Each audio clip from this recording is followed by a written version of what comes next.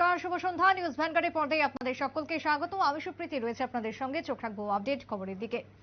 শুরুতেই নজর রাখবো আবহাওয়ার দিকে, কারণ চলতি মাসের শেষেই বজ্রবিদ্যুৎ সহ ভারী বৃষ্টিপাতের পূর্বাভাস এই মুহূর্তে মৌসুম ভবন যেরকম দিচ্ছে, তার সঙ্গে রাজ্যের হাওয়া অফিসেরও একই তথ্য উঠে আসছে, একই পূর্বাভাস। সেই সঙ্গে জানিয়ে রাখি, আগামী 26 মে থেকে রাজ্যে বজ্রবিদ্যুৎ সহ হলুদ সতর্কতা বৃষ্টির।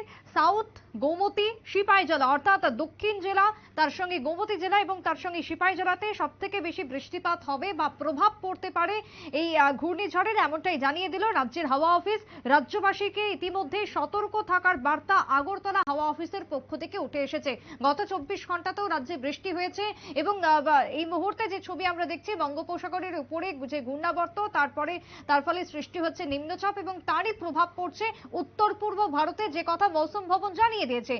রাজ্যের হাওয়া অফিস অর্থাৎ আগরতলা হাওয়া অফিসের পক্ষ থেকে আজকে সাংবাদিক বৈঠক, এবং সেই সাংবাদিক বৈঠকে জানিয়ে দেওয়া হলো আগামী 26 এবং 27 মে দুদিন বজ্রবিদ্যুৎ সহ ভারী বৃষ্টিপাত হবে, তারই সতর্ক বার্তা দিয়ে দেওয়া হয়েছে।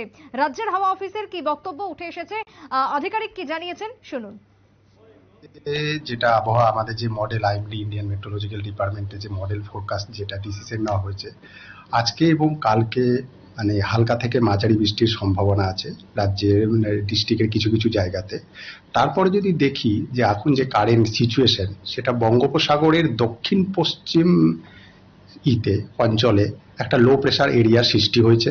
সেটা মুভমেন্ট যদি দেখা যায় তাহলে সেটা নর্থ ইস্টার্লি মুভমেন্ট হচ্ছে, এবং এটা 24 নাগাদ এটা ডিপ্রেশনে পরিণত হতে পারে, এবং তারপর এটা কনস্ট্যান্টলি নর্থ ইস্টওয়ার্ড মুভমেন্ট হবে, এবং 25 মর্নিং নাগাদ এটা সাইক্লোনিক স্টর্মে পরিণত হবে, এবং তখন তার পজিশন থাকবে সেন্ট্রাল বা মানে বে অফ বেঙ্গলের ওপর, বঙ্গোপসাগরের ওপর। তারপর এটা নর্দার্লি মুভমেন্ট হবে, এবং নর্দার্লি মুভমেন্ট হওয়ার পর এটা কি হবে, এটা মানে পৌঁছাবে হচ্ছে নিয়ার দ্য বাংলাদেশ, মানে বাংলাদেশের কাছাকাছি, এবং ওয়েস্ট বেঙ্গলের কোস্টের কাছাকাছি গিয়ে পৌঁছাবে 26 নাগাদ, এবং তখন সেটা সিভিয়ার সাইক্লোনিক স্টর্মে পরিণত হবে। তো এর প্রেক্ষিতে এর যে অ্যাসোসিয়েটেড ওয়েদার, মানে এর জন্য যে ওয়েদার ত্রিপুরায় হওয়ার সম্ভাবনা আছে, তা আমরা যেটা এখনো পর্যন্ত দিয়ে রেখেছি 26 এবং 27-এ। 26-এ যদি আমি দেখি তাহলে সাউদার্ন ডিস্ট্রিক্ট যেগুলো হচ্ছে সিপাহীজলা, গোমতী, সাউথ ত্রিপুরা, ধলাই, এর বেশিরভাগ জায়গাতেই ভারী থেকে অতি ভারী বৃষ্টি হওয়ার সম্ভাবনা আছে। আমরা যার জন্য এখানে হলুদ সতর্কবার্তা জারি করেছি, এবং এর সাথেও যদি দেখি পাশাপাশি ডিস্ট্রিক্টের সমস্ত জায়গাতেই থান্ডারস্টর্ম মানে বজ্রবিদ্যুৎ সহ ঝোড়ো বাতাস, যেটা বাতাস পড়বে তার গতিবেগ 30 থেকে 40 কিলোমিটার বেগ, 40 থেকে 50 কিলোমিটার বেগে হওয়ার সম্ভাবনা আছে। এটা গেল 26 তারিখ। এবং 27 তারিখ যদি দেখি, 27 তারিখ আমাদের নর্থের ডিস্ট্রিক্ট ত্রিপুরার, যেরকম হচ্ছে নর্থ ত্রিপুরা, ঊনকোটি, ধলাই এবং খোয়াই, এই সমস্ত ডিস্ট্রিক্টে ভারী থেকে অতি ভারী বৃষ্টি হওয়ার সম্ভাবনা আছে, এবং পাশাপাশি বাকি ডিস্ট্রিক্টগুলোতেও কিন্তু আমাদের মানে ভারী বৃষ্টি হওয়ার সম্ভাবনা আছে।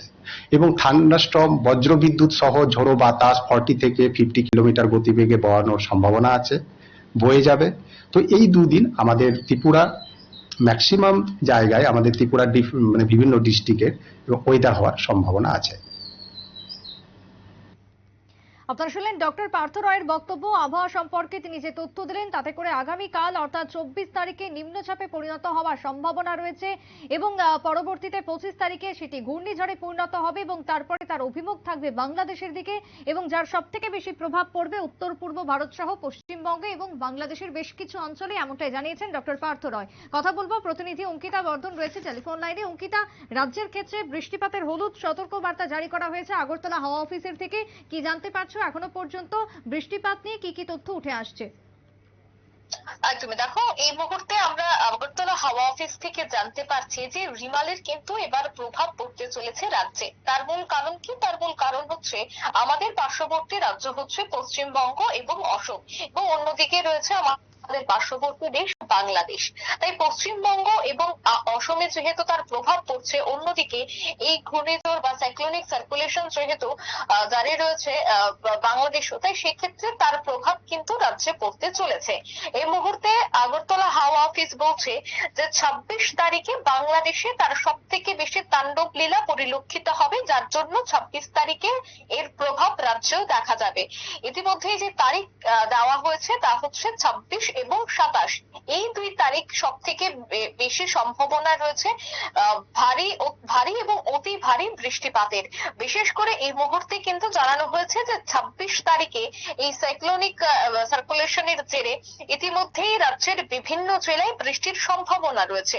অন্যদিকে প্রায় প্রতি 40 থেকে 50 কিলোমিটার বেগে বাতাস বইবে রাজ্য জুড়ে, এমনটাও কিন্তু এই মুহূর্তে হাওয়া অফিসের পক্ষ থেকে জানিয়ে দিয়েছে।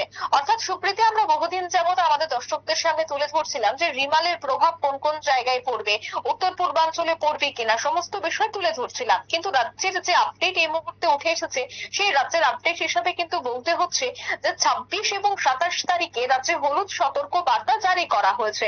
বিশেষ করে ঊনকোটি থেকে শুরু করে বিভিন্ন জায়গা কিন্তু এই মুহূর্তে একেবারে সতর্কের মধ্যে রয়েছে।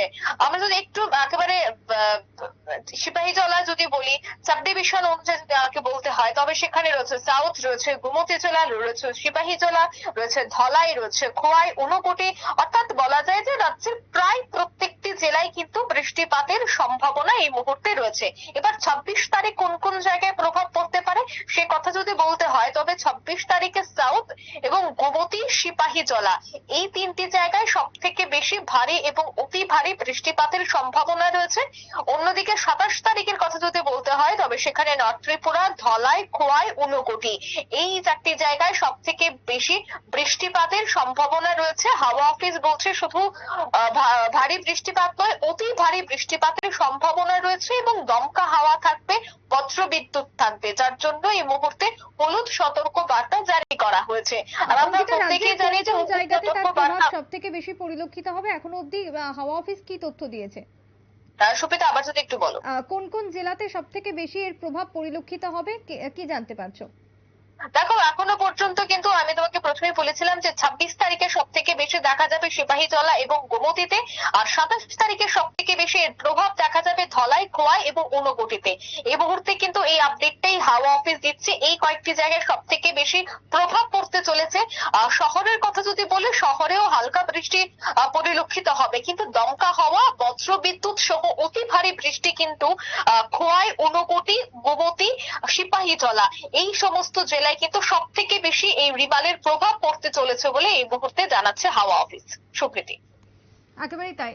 ধন্যবাদ অঙ্কিতা, তোমায় কথা বলছিলাম আমাদের প্রতিনিধির সঙ্গে। তবে ঘূর্ণিঝড় রিমালের যে প্রভাব সেটা পড়তে শুরু করবে আগামীকাল 24 তারিখের পর থেকে। একটু একটু করে তার প্রভাব পরিলক্ষিত হবে রাজ্যের ক্ষেত্রে। 3টি জেলার ক্ষেত্রে সব থেকে বেশি সতর্ক বার্তা রয়েছে। তবে গোটা রাজ্যের জন্যই যদি বলা হয়, তাহলে হলুদ সতর্ক বার্তা এই মুহূর্তে দেওয়া হচ্ছে হাওয়া অফিস থেকে। তার সঙ্গে আগামী 29 মে পর্যন্ত রাজ্যে হালকা থেকে মাঝারি বৃষ্টিপাতের সম্ভাবনা রয়েছে।